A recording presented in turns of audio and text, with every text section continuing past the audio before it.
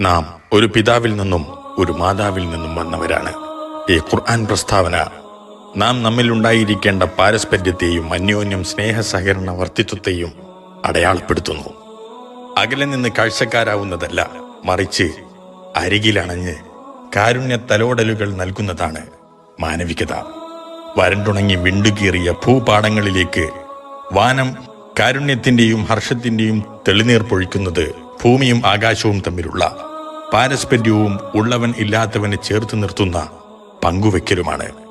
നമുക്കും എന്തുകൊണ്ട് പാവങ്ങളുടെ കൂടെ നിന്നുകൂടാ? നമ്മെക്കൊണ്ട് ഒരാളുടെയെങ്കിലും ജീവിതം തളിർക്കട്ടെ.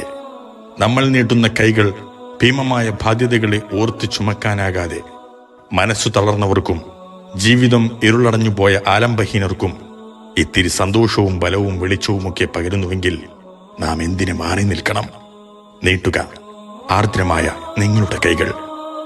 സാമ്പത്തിക പിരിമുറുക്കമുള്ള ഈ മുഹൂർത്തത്തിൽ ഭാരിച്ച ചെലവുള്ള സമൂഹ വിവാഹമെന്ന സദുദ്യമത്തിലേക്ക് ഒരു മഴത്തുള്ളിയായെങ്കിലും നമുക്ക് പെയ്തിറങ്ങാം. നാഥൻ തുണയ്ക്കട്ടെ. ആമീൻ.